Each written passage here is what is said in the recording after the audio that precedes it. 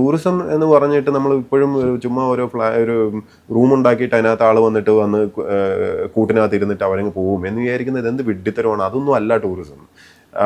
Experience അല്ലേ വേണ്ടത്. അപ്പോൾ യാത്ര ചെയ്യുന്നത് ഒരു അനുഭവമായിരിക്കണം.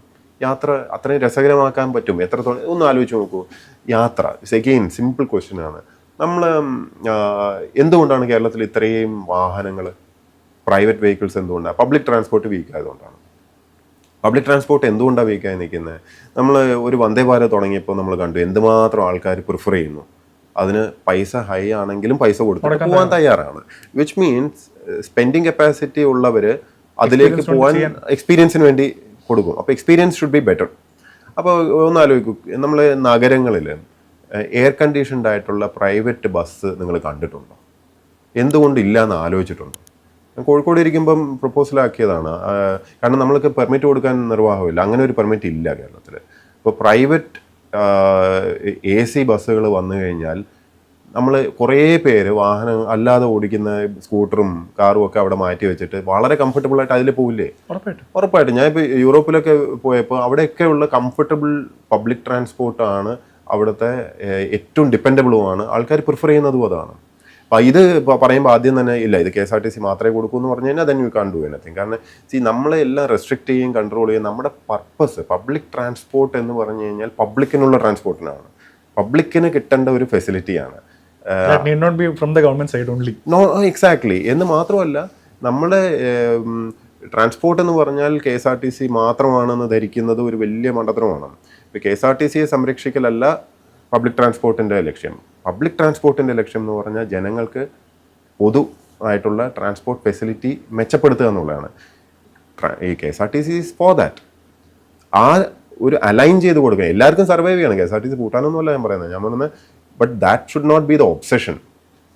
അപ്പോൾ ഈ പൊതുജനങ്ങൾക്ക് ഇത് AC ബസ് ഞാൻ എപ്പോഴും എടുത്ത് പറയുന്നത് എന്തുകൊണ്ടാന്ന് വെച്ചാൽ കേരളത്തിലെ ഒരു ഹ്യൂമിഡിറ്റിയും ചൂടും ഇതൊക്കെ കാരണം പലർക്കും താല്പര്യമുണ്ട് കംഫർട്ടബിളായിട്ട് ഒരു ബസ് കിട്ടിയിട്ടുണ്ടെങ്കിൽ പല ബസ് ഓണേഴ്സിനും അതൊക്കെ നിസ്സാരമായിട്ട് ചെയ്യാൻ പറ്റും.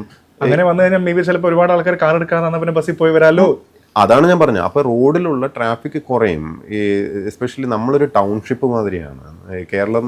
അങ്ങോളം ഇങ്ങോളം എന്ന് പറഞ്ഞാൽ ഒരു കുഗ്രാമമൊന്നുമില്ലല്ലോ, എല്ലാം ഒരു ടൗൺഷിപ്പാണ്. അപ്പോൾ അപ്പുറം ഇപ്പുറം ഒക്കെ പോകാൻ വേണ്ടി കംഫർട്ടബിളായിട്ട് പോകാൻ പറ്റുന്ന ഒരു എന്ന് വെച്ചാൽ മറ്റേ ബസ് ഇല്ലാതാവേണ്ട കാര്യം. നമ്മൾ ഒരു കേരളത്തിലൊരു പ്രോബ്ലം എന്ന് പറഞ്ഞാൽ നമ്മളൊരു സൊല്യൂഷൻ ഡിസ്കസ് ചെയ്യുമ്പം ഒരു ബന്ധമില്ലാത്ത കാര്യമാണ് പറയാം. ഇതൊരു സൊല്യൂഷനാണ്, ഇത് ചെയ്യൂ എന്ന് പറയുമ്പോൾ അതിലേക്ക് കുറേ പേർക്ക് അങ്ങോട്ട് ഷിഫ്റ്റ് ചെയ്യാൻ പറ്റുമല്ലോ, വാഹനങ്ങളുടെ എണ്ണം കുറയുമല്ലോ. ഇതൊക്കെ പറഞ്ഞു കഴിയുമ്പോൾ അങ്ങനെ എല്ലാവരും അങ്ങനെ സൂചിച്ച് അങ്ങനെ പോകണ്ട, നമുക്ക് സാധാരണക്കാർക്ക് വേണ്ടുന്ന ബസ്. അപ്പോൾ സാധാരണക്കാരൻ AC ബസ്സിൽ കയറൂല എന്നുള്ളൊരു മുൻവിധിയും കൂടെ ഉണ്ട്. അവനൊന്നും അത് വേണ്ട എന്നുള്ളൊരു മുൻവിധിയും ഉണ്ട്. ഈ കഷ്ടപ്പാട് വിട്ട് വേർത്തൊലിച്ച് തന്നെ പോകണം, അല്ലെങ്കിൽ അവൻ സ്വന്തമായിട്ട് സ്കൂട്ടറോ കാറോ എടുക്കുക, അതും ഓക്കെയാണ്. പക്ഷെ എന്നാലും ഞാൻ ഈ ഫെസിലിറ്റി അനുവദിക്കില്ല. എന്തുകൊണ്ട് അനുവദിക്കില്ല എന്നുള്ളത്. പണ്ട് സിനിമ കാണാൻ പോയിരുന്നത് 30 രൂപയ്ക്ക് ടിക്കറ്റ് സിനിമ എടുത്ത് കണ്ടിട്ടുണ്ട്. പക്ഷെ ഇന്ന് നമ്മൾ ഈ സോ കോൾ കാണില്ല എന്ന് പറയുന്ന ആൾക്കാരൊക്കെ മൾട്ടിപ്ലക്സിലും ഐമാക്സിലൊക്കെ സിനിമ കാണാൻ തയ്യാറാണ് ഫോർ ദി എക്സ്പീരിയൻസ്. എക്സാക്ട്ലി.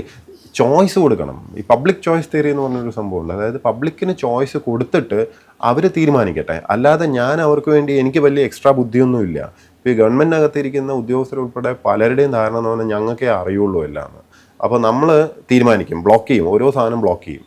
ഇത് കൊടുക്കണ്ട, ഇത് ആവശ്യമില്ല, ഇതാവശ്യം കൊടുത്തിട്ട് ജനങ്ങൾ തീരുമാനിക്കട്ടെ. That is a right approach. അങ്ങനെ ചെയ്തിരുന്നു. ഇപ്പോൾ ഫ്രീഡം കൊടുത്തിട്ടുണ്ടായിരുന്നെങ്കിൽ ജനങ്ങൾക്ക്, മലയാളികൾക്ക് സ്വാതന്ത്ര്യം ശരിക്കുള്ള എല്ലാ അർത്ഥത്തിലും ഫ്രീഡം ഓഫ് ട്രേഡ്, ഓക്യുപ്പേഷൻ എല്ലാം ഉണ്ടായിരുന്നെങ്കിൽ ഇവിടെ എനിക്ക് തോന്നുന്നത് ഇപ്പം മലയാളികൾ കുറച്ച് റബ്ബർ മെച്ചമാണെന്ന് കണ്ടെത്തി. ഇത് ഗവൺമെൻറ് പറഞ്ഞിട്ടൊന്നുമല്ലല്ലോ റബ്ബർ വെച്ചത്, ആണോ? ഗവൺമെൻറ് പറഞ്ഞിട്ടാണോ ഇവർ ഇപ്പോൾ റംബൂട്ടാൻ വെച്ച് തുടങ്ങിയത്? അല്ലല്ലോ. You just give them the freedom. നമ്മൾ ഈ റെസ്ട്രിക്റ്റ് ചെയ്തിട്ട് ലാൻഡും എല്ലാം ലോക്ക് ചെയ്ത് റിസോഴ്സൊക്കെ ലോക്ക് ചെയ്ത് റൂൾസും ഇതൊക്കെ ഉണ്ടാക്കി നീ അത് ചെയ്യരുത് മറ്റേത് ചെയ്യരുത് എന്ന് പറഞ്ഞു കഴിയുമ്പം അവന് അവൻ്റെ ഫുൾ പൊട്ടൻഷ്യൽ എടുക്കാൻ പറ്റുന്നില്ല. അപ്പോൾ ഇതേ മലയാളി തൊട്ടപ്പുറത്ത് കർണാടകത്തിൽ പോയിട്ട് ഇതേ കൃഷി ചെയ്യുന്നുണ്ട്. അതെ. എന്തിന്? You give them the freedom, option and all that. എന്നിട്ട് let's regulate how that goes around. അല്ലാതെ restriction and regulation are different. Regulate ചെയ്യേണ്ട കാര്യങ്ങൾ റെഗുലേറ്റ് ചെയ്യണം തീർച്ചയായിട്ടും. കാരണം എൻവയോൺമെൻറ്റൽ ഡാമേജ് വരുത്താതെയും മറ്റേതുമൊക്കെ. പ്രത്യേകിച്ച് നല്ല കാര്യങ്ങൾ റെസ്ട്രിക്റ്റ് ചെയ്യരുത്. മോണോക്രോപ്പ് സോ ശരിക്ക് ഇത് അഗ്രികൾച്ചർ പഠിച്ചിട്ടുള്ളവരടുത്ത് ചോദിക്കുമ്പോൾ മോണോകൾച്ചർ പോലെ ഒരു മണ്ടത്തരം വേറെ ഇല്ല. ഇപ്പോൾ ഈവൻ നമ്മൾക്ക് കുറേ അന്ധവിശ്വാസങ്ങൾ പോലെയുണ്ട് കുറേ കാര്യങ്ങൾ. ഇപ്പോൾ പാഡി ഈസ് ഓൾസോ മോണോക്രോപ്പ് ആക്ച്വലി. ഇത് പുഞ്ചവയലും അതിൻ്റെ റൊമാൻറ്റിസിസവും ഇതൊക്കെ വെച്ചിട്ട് നമ്മളതെന്തോ ദൈവികമായ ഒരു സംഭവം പോലെയാണ് കൊണ്ടു നടക്കുന്നത്. ആക്ച്വലി അതൊന്നും ശരിയൊന്നുമല്ല. അതും പ്രകൃതിയെ ഡിപ്ലീറ്റ് ചെയ്യുന്ന ഒരു സംഭവം തന്നെയാണ്. വാട്ടർ ടേബിൾ മെയിൻറ്റെയിൻ ചെയ്യാൻ വേണ്ടി ദൈവം കണ്ടുപിടിച്ചതാണ് പാഡി കൾട്ടിവേഷൻ എന്നാണ് ചിലരുടെ ധാരണ. ആക്ച്വലി വാട്ടർ ടേബിൾ മെയിൻറ്റെയിൻ ചെയ്യാൻ വേണ്ടി പാഡി കൾട്ടിവേഷൻ ഒന്നും അല്ല ചെയ്യേണ്ടത്. കുറേ കുളം കുഴിച്ചാൽ മതി. മെയിൻ്റെനൻസ് നന്നായിട്ട് കുളം മെയിൻറ്റെയിൻ ചെയ്താൽ മതി. ഇത് ഞാൻ പറയുന്നത് ഒന്ന് വേണ്ട മറ്റേത് വേണ്ടെന്നല്ല. You should have a proper mix. Choices വേണം, മോഡറേഷൻ വേണം. എക്സ്ട്രീമിസ്റ്റ് ആവരുത്. ഇപ്പോൾ പാഡി എക്സ്ട്രീമിസ്റ്റുകൾ കുറേ ഉണ്ട്. അതെന്തോ ദിവ്യമായ സംഭവമാണെന്നുള്ള അങ്ങനെയൊന്നും ഇല്ല. അത് പ്രത്യേകിച്ച് ഇന്നത്തെ കാലഘട്ടത്തിൽ നമ്മൾക്ക് ഫുഡ് സെക്യൂരിറ്റി എന്നൊക്കെ പറയുന്നത് ഇതിനെപ്പറ്റിയൊക്കെ വളരെ വികലമായിട്ടുള്ള തോട്ട് ഉണ്ട് പലർക്കും. എൻ്റെ ഗ്രാമത്തിനകത്ത് തന്നെ ഞാൻ നെല്ലുണ്ടാക്കും, ഇത് പച്ചക്കറി ഉണ്ടാക്കും, എല്ലാം ഞാൻ ഇവിടുന്ന് തന്നെ കഴിക്കും, അങ്ങനെ ഇങ്ങനെയെന്നൊക്കെ പറഞ്ഞ് you become so restrictive that nothing happens. നമ്മൾ കൂടുതൽ ഈ കൊച്ചിനെ കുളിപ്പിച്ച് കൊച്ചിനില്ലാണ്ടാക്കി എന്ന് പറഞ്ഞ പോലെയാണ്. നിങ്ങൾക്കറിയോ, ഇത് കേരളത്തിൽ ആവശ്യമുള്ള പച്ചക്കറിയും ഏതാണ്ട് 30 ലക്ഷം ടണ്ണാണ് എല്ലാ വർഷവും. ഇവിടെ ഉൽപ്പാദിപ്പിക്കുന്നത് എന്താണെന്ന് പറയുക 10 താഴെയാണ്. ഫ്രൂട്ട്സ് വേണ്ടുന്നത് 40 ലക്ഷമാണ്. 40 ലക്ഷം മെട്രിക് ടണ്ണാണ്. ഇവിടെ 20-25 റേഞ്ച്. ഇതിനകത്ത് തന്നെ ബനാനയാണ് ബഹുഭൂരിപക്ഷം. രണ്ടിടത്തും ബനാന കാണിക്കും. മറ്റേ അവിടെ കാണിക്കും ഇവിടെ കാണിക്കും. അത് കഴിച്ചു കഴിഞ്ഞാൽ സത്യം പറഞ്ഞാൽ ഒന്നുമില്ല. മുഴുവനും നമ്മൾ ആത്മനിർഭരതയും ഇതൊക്കെ പറഞ്ഞിട്ട് നമ്മൾ ഡിപ്പെൻഡ് ചെയ്യുന്നത് തമിഴ്നാട്ടിൽ നിന്നും കർണാടകത്തിൽ നിന്നുള്ള ഈ വിഷമടിച്ചതും മറ്റേന്നൊക്കെ പറയുന്നതാണ്. Because you don't have any access. നമുക്ക് കൺട്രോൾ ഇല്ല, നമുക്ക് മേൽനോട്ടമില്ല, ഒന്നുമില്ല.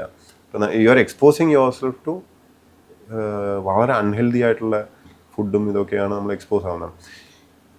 ഞാൻ പറഞ്ഞു വെച്ചാൽ ടൂറിസം മാത്രം ആയിട്ടല്ല ഡെവലപ്പ് ചെയ്യുക, അല്ലെങ്കിൽ അഗ്രികൾച്ചർ മാത്രമായിട്ടല്ല. ഇത് ഇൻ്റഗ്രേറ്റഡ് ആയിട്ടുള്ളൊരു കാഴ്ചപ്പാട് ആവശ്യമുണ്ട്. ഇവിടെ എന്താ പറയുക, ഇവിടെ ഇടുന്ന വളം മറ്റേതിനും വളമായിരിക്കും. നല്ലൊരു ഇക്കോസിസ്റ്റം ക്രിയേറ്റ് ചെയ്ത എൻവയോൺമെൻ്റലി സസ്റ്റൈനബിൾ ആയിട്ടുള്ള സൊല്യൂഷൻസിലേക്ക് പോയി കഴിഞ്ഞാൽ ടൂറിസവും നന്നാവും. അല്ലാതെ ടൂറിസം മാത്രമായിട്ട് അവിടെ സ്വിച്ച് ഇടുമ്പോഴേക്ക് നന്നാവുന്ന ഒരു സംഭവമൊന്നും ഇല്ല. But we have A huge potential. നമ്മൾ കേരളത്തിൻ്റെ ഒരു ടൂറിസം പൊട്ടൻഷ്യലിൻ്റെ 7 അയലത്ത് പോലും നമ്മൾ ചെയ്യുന്നില്ല. എഗെയിൻ റെസ്ട്രിക്ഷൻസ് ആണ് യഥാർത്ഥ പ്രശ്നം എന്ന് എനിക്ക് തോന്നിയിട്ടുണ്ട്. നമ്മൾ പലതും അനുവദിക്കാറില്ല, പെർമിറ്റ് ചെയ്യില്ല. ആൻഡ് നീ ജെർക്ക് റിയാക്ഷൻസ്. ഇപ്പോൾ അഡ്വഞ്ചർ ടൂറിസം ഒരു ക്ലാസിക് ഉദാഹരണമാണ്.